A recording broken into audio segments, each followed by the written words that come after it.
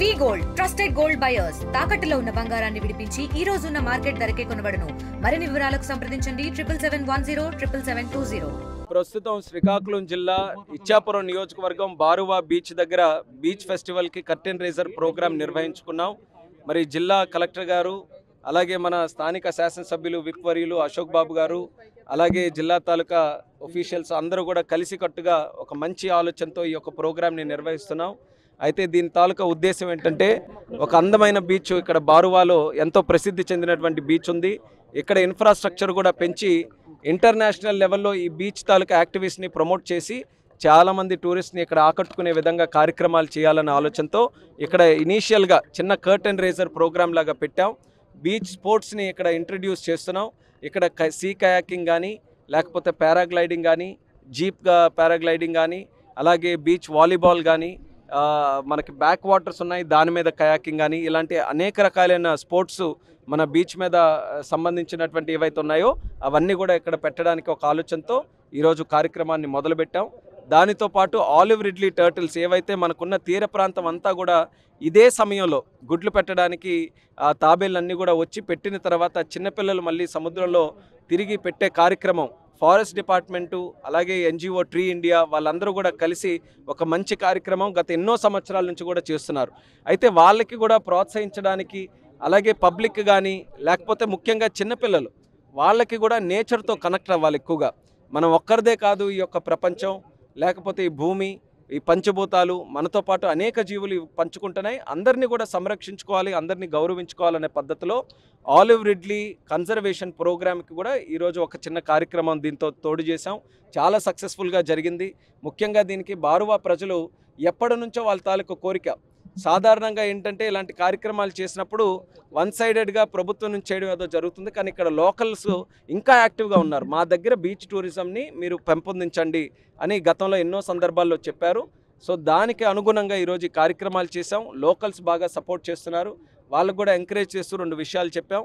ఎవరైనా టూరిస్ట్ ఇక్కడికి వస్తే వాళ్ళకి గౌరవంగా చూసుకోవాలి, అలాగే ఈ బీచ్ని అంతటిని కూడా క్లీన్గా ఉంచుకోవాలి, ప్లాస్టిక్ ఎక్కడ కూడా లేకుండా చూసుకోవాలనేది వాళ్ళకు కూడా కోరాం. వాళ్ళు కూడా కాన్ఫిడెన్స్ ఇచ్చారు ఈ బీచ్ని చక్కగా చేస్తారని. అయితే బారువా తాలూకా ప్రత్యేకత మీకు అందరికీ కూడా ఒకసారి గుర్తు చేయాలనంటే, సర్దార్ గౌతలచ్చన్న గారు సిక్కోలు ముద్దుబిడ్డ, ఒక రాజకీయ చైతన్యం తీసుకొని వచ్చిన వ్యక్తి, స్వాతంత్ర సమరయోధుడు. ఆయన పుట్టినటువంటి సొంత గ్రామం ఈ బారువా గ్రామం. ఈరోజు ఆయన తాలూకా వర్ధంతి ప్రోగ్రాం కూడా ఈరోజే జరుగుతుంది. అలాగే దానితో పాటు ఒక 100 సంవత్సరాల క్రితం ఉన్నటువంటి షిప్ రెక్కేజ్ కూడా ఈ బీచ్కి అడుగు దూరంలోనే ఇక్కడ ఉంది. అంటే స్కూబా డైవింగ్ కూడా ఇక్కడ చేసి చాలా చక్కగా షిప్ రెక్కేజు, అక్కడ ఉన్నటువంటి మెరీన్ లైఫ్ ఇవన్నీ కూడా చూసే అవకాశం ఉంది.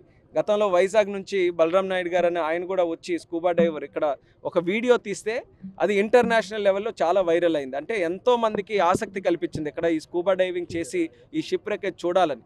సో మీడియా ద్వారా నేను రాష్ట్ర ప్రజలకి, దేశ ప్రజలకి, అందరికీ కూడా ఎవరైతే చూస్తున్నారో అందరికీ కూడా కోరుకుంటున్నాను, శ్రీకాకుళం జిల్లా తాలూకా గొప్పతనమే ప్రకృతి తాలూకా అందాలు. ఇక్కడ ఉన్నటువంటి పచ్చని పొలాలు కానీ, లేకపోతే బీచెస్ కానీ, ఇక్కడ ఉన్నటువంటి పర్వతాలు కానీ, గిరిజన ప్రాంతంలో ఇవన్నీ కూడా ఒక ప్రత్యేకమైనటువంటి ఆకర్షణ. వాటన్నిటిని కూడా ప్రమోట్ చేయడానికి ప్రభుత్వం తరపున మేము ఒక ప్రయత్నం చేస్తున్నాం. మీరు కూడా రండి, సందర్శించండి, శ్రీకాకుళం తాలూకా అందాలు మీరు కూడా చూడండి.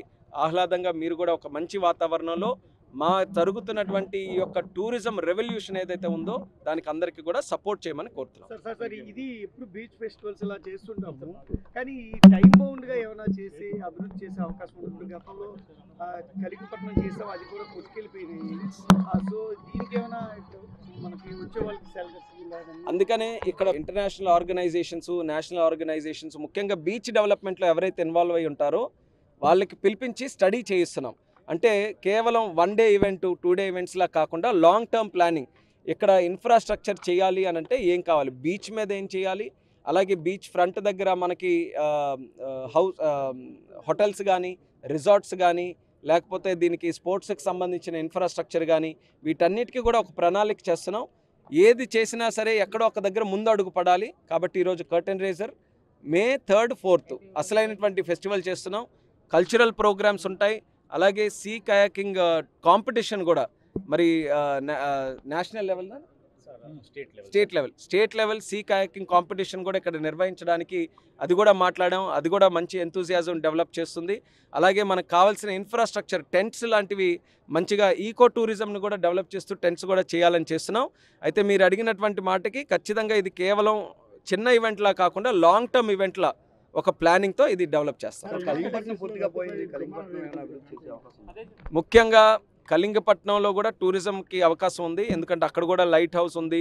బ్రిటిష్ సమయం నుంచి కూడా ప్రసిద్ధి చెందినటువంటి అదొక పోర్టల్ సిటీ, అది కూడా చేస్తాం. దాంతోపాటు ఇక్కడ ఫిషర్మెన్ ఉన్న దానికి వాళ్ళు కోరుకునేది జట్టీసు హార్బర్సు.